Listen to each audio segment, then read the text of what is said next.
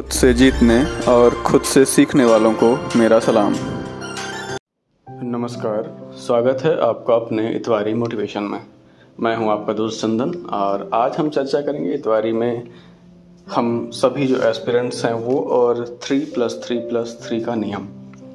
अभी हाल ही में यूपीएससी का रिजल्ट आया और उसमें जो भी टॉपर रहे हैं, जितने भी लोग सेलेक्ट हुए, लगभग 1016 लोग, उनमें से मैक्सिमम लोगों को मैंने सुनने की कोशिश की। मैंने देखा कि उनकी क्या स्ट्रेटजी होती है, क्या तरीका होता है, किस तरह से वो इतने कठिन एग्ज़ाम को क्रैक करते हैं।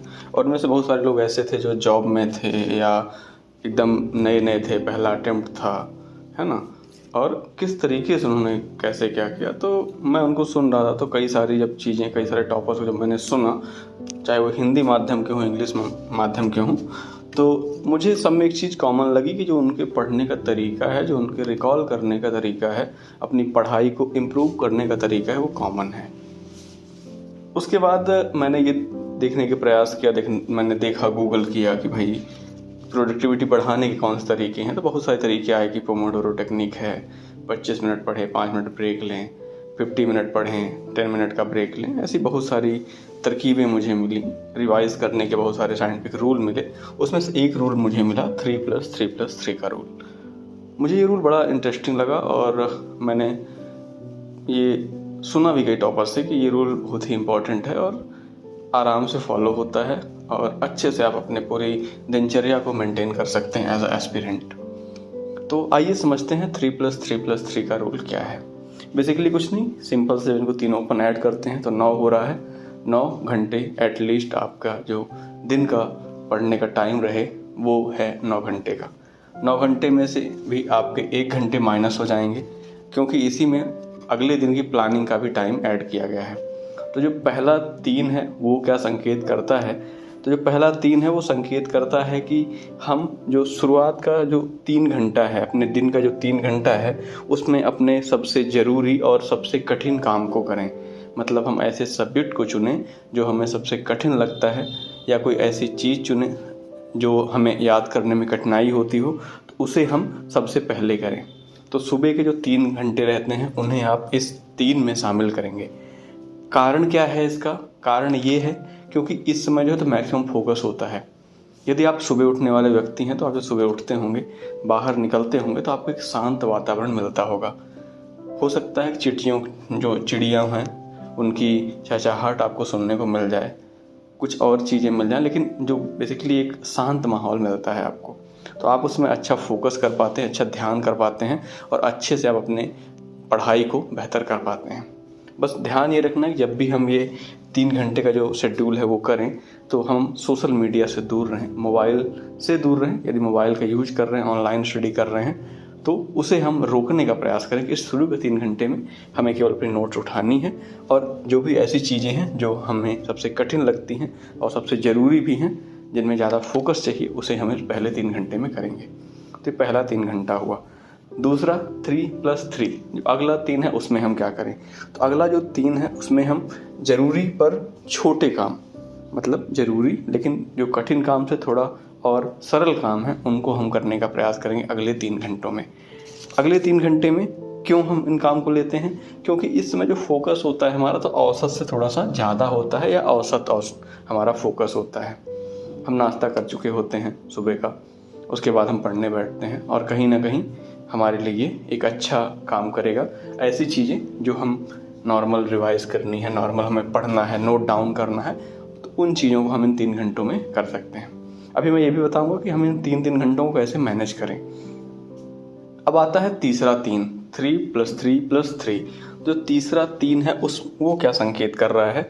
तो उस 3 का संकेत ये है कि इस जो तीसरा घंटा, इसमें आप रिवीजन पर काम करेंगे। आप कोशिश करें कि आपका जो 1.5 घंटा है इस 3 घंटे में से, या 2 घंटे जो है, आपने सबसे पहले दिन में जो आपने पढ़ा है उसे आप रिवाइज करें। और सबसे ज़रूरी चीज़, कुछ ऐसी चीज़ें हैं जो आपने पिछले दिन में की हैं, वो आपको मिस हो रही हैं, तो आप उसे एक डायरी लें, उसमें नोट करें, उसको आप पढ़ें। तो मिनिमम 3 घंटे में से 1.5 घंटे या 2 घंटे आपके रिवीजन में होने चाहिए। तो 6 घंटे आपने पढ़ाई की, 2 घंटे या 1.5 घंटे आपने रिवाइज किया, मतलब लगभग 7.5-8 घंटे आपका हो चुका है। अब जो 1 घंटे बच रहा है उसमें आप क्या कर सकते हैं, क्योंकि आप ये सोचिए कि आप दिन में आपने 6 घंटे पढ़ाई की है, 1 घंटे रिवीजन किया है, 7 घंटे, अभी 2 घंटे और हैं, तो उसमें आप कुछ ऐसे काम कर सकते हैं जो पढ़ाई से रिलेटेड हों। जैसे कि आप ग्रुप स्टडी कर सकते हैं, आप प्लानिंग कर सकते हैं कि अगले दिन के लिए हम क्या करें, आप चर्चा कर सकते हैं, अपने मित्रों से डिस्कशन कर सकते हैं कि यार ऐसा ऐसा है, ये मैंने पढ़ा, ये इस बुक में ऐसा है, इस बुक में ऐसा है, कुछ कैसे इसे इम्प्रूव किया जाए, कैसे इसे और फैक्चुअल बनाया जाए। तो उन चीज़ों की चर्चा जो है हम कहाँ पे कर सकते हैं, इस लास्ट के घंटे में कर सकते हैं, है ना। तो ये जो 3+3+3 का रूल था, तो ये 3 चीज़ें आपको क्लियर करनी है कि ये 3 चीज़ें हमें अपने लाइफ स्टाइल में लाना है। कोशिश ये करनी है कि जब भी हम पढ़ने बैठें तो social media, mobile, laptop, music, इन सब चीज़ों से दूर रहें। अब हम ये देखते हैं कि ये चीज़ें तो हो गई, लेकिन 3-3 घंटे आएंगे कहाँ से। 9 घंटे आपने बता तो दिए, लेकिन मैनेज कैसे करें हम इन 9 घंटों को। तो मैं मान के चलता हूँ कि आप सुबह 6 बजे उठते हैं, सुबह 6 से लेके दोपहर के 12 बजे के बीच आपके पास 6 घंटे हैं। 6 घंटे में से 3 घंटे मैंने दे दिए आपको, आप चाहे जो करिए उसमें, आप नहाइए, खाना खाइए, नाश्ता करने जाइए, कुछ भी करिए आप 12 बजे तक, लेकिन उसमें से 3 घंटे बचाइए आप, और उस 3 घंटे को आप पढ़ाई में यूटिलाइज करिए। मतलब 50% तो आप कम से कम पढ़ेंगे, तो यहाँ से 3 घंटे आपको मिलेंगे। उसके बाद दोपहर 12 से शाम के 6 बजे के बीच फिर से हमारे पास 6 घंटे हैं। उसमें आप क्या कर सकते हैं, उसमें फिर से आप 50% अपने लिए यूज करिए। 50% मतलब 3 घंटे आप अपने लिए उपयोग में लाइए। खाना खाना हो गया, सोना हो गया, नहाना हो गया, कुछ और चीज़ें हो गई, चाय पीना हो गया। तो मुझे लगता है 3 घंटे इन सब कामों के लिए सफिशिएंट है। तो ये हो गया आपका दूसरा 3 घंटा। आप 6 घंटे पहुँच चुके हैं शाम में 6 बजे। अगले 6 से लेके शाम में रात में 12 बजे तक आपके पास फिर से 6 घंटे हैं। इस 6 घंटे में से केवल 1 या 2 घंटे मैक्सिमम आप, और मिनिमम 1 घंटे तो आप निकाल ही सकते हैं अपनी पढ़ाई के लिए।